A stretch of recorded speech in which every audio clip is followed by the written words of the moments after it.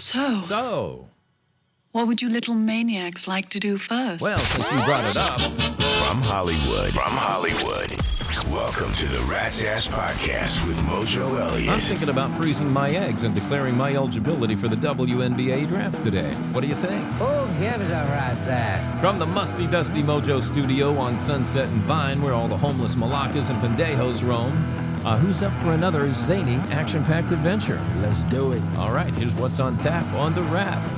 There is a shift happening in America. Can you feel it?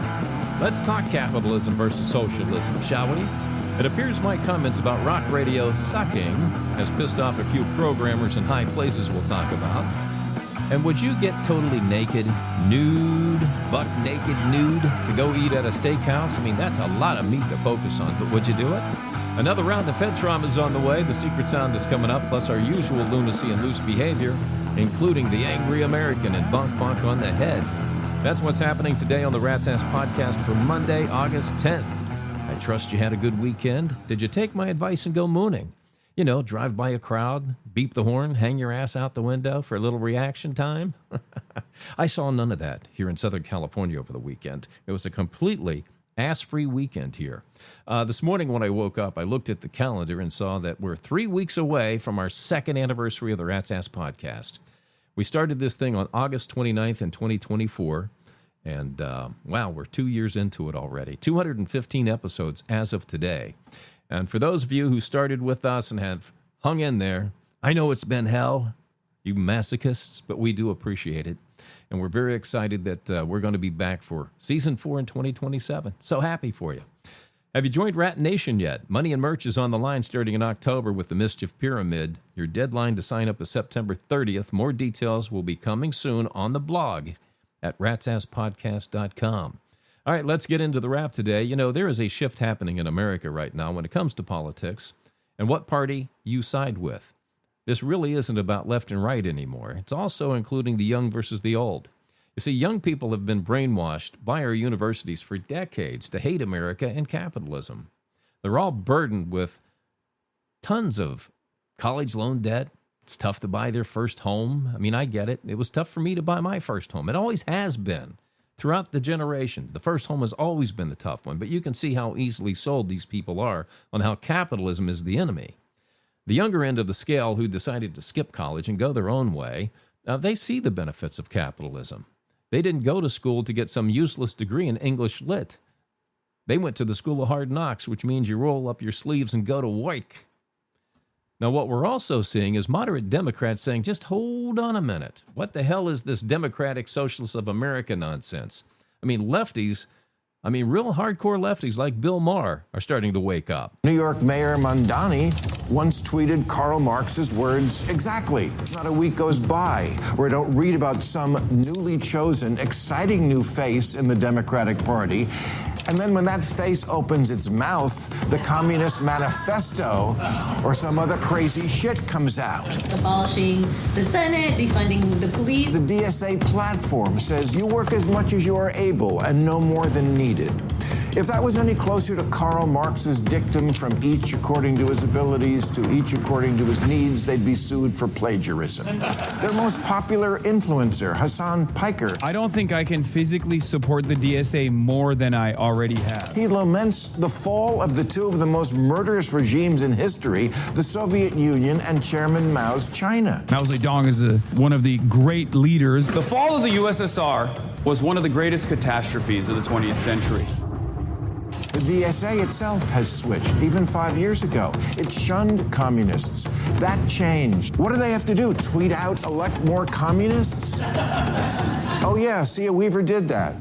People are actually getting elected now who literally don't think we should have police or prisons or borders. The lefty Bill Maher has said his vote is in play, which means if a Democratic Socialist gets close to the White House, he's voting Republican. Now, if a Democratic Socialist ends up in the Senate in November, like somebody from Michigan, I predict we're going to see the enemy of my enemy is my friend take place, meaning Republicans and moderate Democrats are going to find a way to come together and crush socialism before it takes root in America. At least I hope so. I mean, we as a nation have a certain way that we like to live, and we can't let nutbags who believe in open borders, we've seen what happens when they open the border, No police, no prisons. Can you imagine? Abolishing the Constitution like America never existed? The Supreme Court, the Senate, and the presidency? Yeah, they actually want to take our voting rights away and have Congress or the DSA select our president, which leads to a dictatorship. Yeah, all this bullshit about no kings, no dictators. Well, that's what's coming your way. So I believe awakening or a reckoning even is coming in 2028. So get ready to choose a side and choose wisely. Now, here's a quick observation of mine about communism disguised as socialism, because that's where we're headed, versus capitalism. To those of you who think socialism is your ticket to paradise, let's see if this sinks in. There are 8.3 billion people in the world currently alive, and only one man as of this year, Elon Musk, is considered to be a trillionaire. That's one in 8.3 billion. In the United States, there are 350 million people approximately, and less than 1,000 are billionaires. Less than 8% are millionaires. So I don't think their money is going to go all that far in making your lives better. Because you see, when a communist government takes over and they look at the trillionaire, the billionaires, and the millionaires, and they've squeezed them for everything they can, they're going to come looking at you.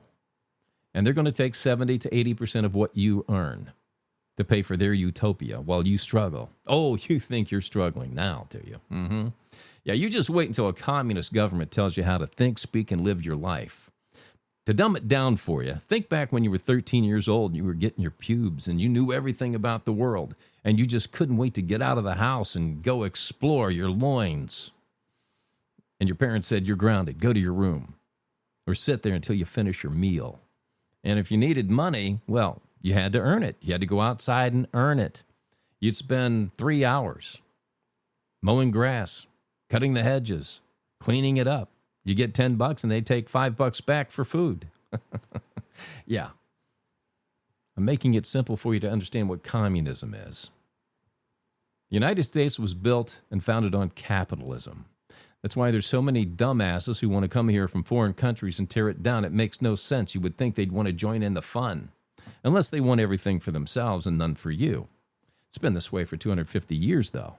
We got 1 trillionaire, less than 1,000 billionaires, less than 8% of the country are millionaires, of 350 million people. The difference is capitalism gives you the freedom to go take your best shot at financial independence. Communism means you're just waiting around for the government to give you a better life. And I want you to remember this. A government that gives you everything can easily take away everything, too. So if you nitwits who think socialism is the end-all, I wish you would put your efforts that you're putting into taking what somebody else built into building your own utopia. I think you'd be a lot better off. Okay, a couple of weeks ago, I did a segment talking about how crappy rock programming is in America today, and I apparently touched a nerve. I received a couple of emails from guys I'm not familiar with, but they were defending why they were playing bands like Simple Minds, Duran Duran, Tears for Fears, The Human League, and they claimed they were not doing it to go after women, but to go after the classic hit stations overall that are kicking their butts in a lot of markets these days. So let me address this for you in an open forum. You can't be a little bit pregnant.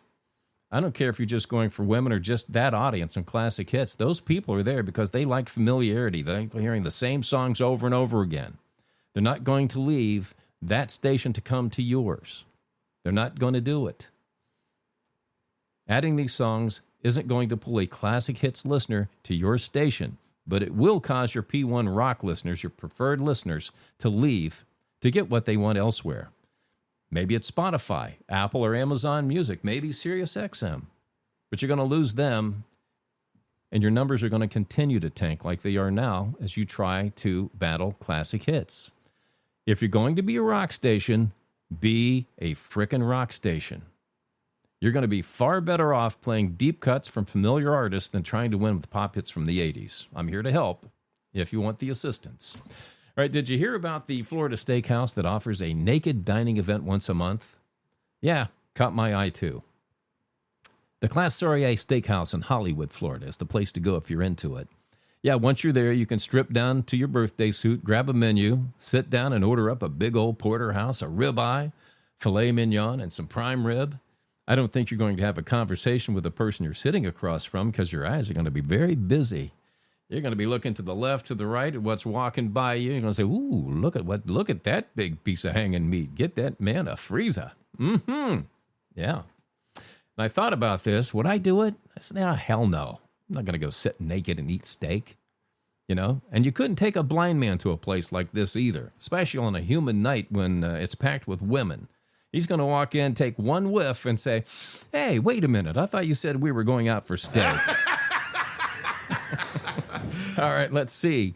What is the angry Americans hair on fire today? This is Tim Kramer. Isn't it weird? It just seems a little off that the midterms don't have any problems. The midterms in blue states, they seem to be able to count those pretty fast. They got all the results done quickly. We knew before midnight who won in the midterms in blue states. You know, the ones that take days, weeks, and months to do the general. How come they're so efficient in the midterms, but when it comes to the general, they just can't seem to get their shit together? Like I said, ain't that weird? That's a bingo. Okay, this is where you put your fingers in your ears and go la la la la la la. Here's Mojo Elliott with his spin on sports on the Wrap. Yeah, you do that, you're not going to hear this. NFL preseason football is here. That's right, there are 6 games on tap for Thursday. Cardinals, Raiders, Lions, Bengals, Packers, Steelers, Colts, Patriots, Chargers, Texans, and the Titans and 49ers, plus games on Friday, too. So we're going to get to see some football action. People padding up and snot balls, all that good stuff. Twisted ankles, busted knees. Oh, we love it. Yes. You know what? I honestly don't give a rat's ass about the WNBA. But now that Enes Kanter and Royce White, 2 ex-NBA players, are now identifying as trans women and declaring themselves eligible for the WNBA draft in 2027, I have questions because I really don't know. In order to be considered trans, do you have to just dress like a woman? Or does it require a man to have to, chomp off his wang and chung? Or is a tuck and tape acceptable? Because if it's tuck and tape, I'll jump into the draft too. I have no problems growing my hair out, putting on a dress and wearing heels to get next to Sophie Cunningham. She can box me out anytime she wants. I'll even put on some of those nice cotton panties from Sydney Sweeney's Siren lingerie line. Oh, mamacita. Oh, I bet that feels good. But quite frankly, only 1% of Americans 13 and older identify as being trans. When you consider how much time we talk and discuss this in the news, it's ridiculous. Really is. I think we have bigger fish to fry, folks. As for the WNBA, you've always been a joke to me, and now you're just really a 3-ring circus. And I hope all the white chicks, all the white ladies who are getting you noticed, and you're making bank because of them, I hope they leave. And then the WNBA can die and finally go away. And that is my spin on the sports on the Wrap. Rat's Ass Podcast. Head trauma. All right, the name of the game today is The Secret Sound. Listen close and tell me what you think this sound is. All right, let's go again. And one more time for bumps and grinds. All right, go have a jelly donut, and I'll have the answer for you coming up. It's time for some loose behavior on the Rat's Ass Podcast. Oh, yeah, what do we do when famous people say and do some really stupid stuff?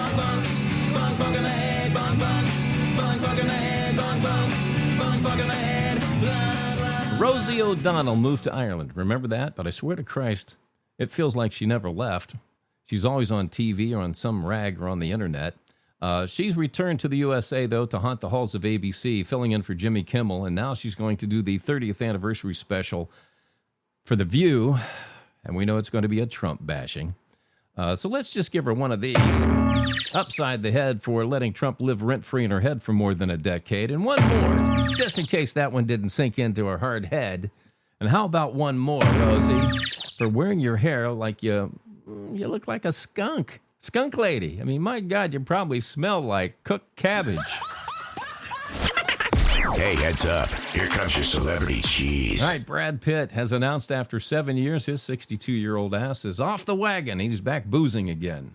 Yeah, I wouldn't sweat that too much, Brad. I mean, you know the old saying, right? It's better to be a good liver than to have a good liver. Ooh, that one hurt. The forgotten Howard Stern, who is cutting back to 1 day a week next month, is getting blitzed by his staff who say they're not allowed to speak to him anymore at parties unless He approves it.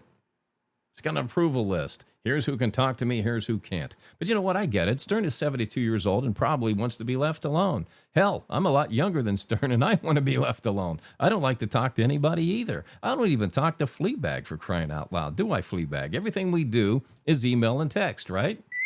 Yeah. The Heifers on The View say they don't want to deal with the return of Meghan McCain on their 30th anniversary show. But ABC is really pushing for it because they want everybody back that's currently alive. Hell, I think they're even going to get out a Ouija board and try to summon up Barbara Walters.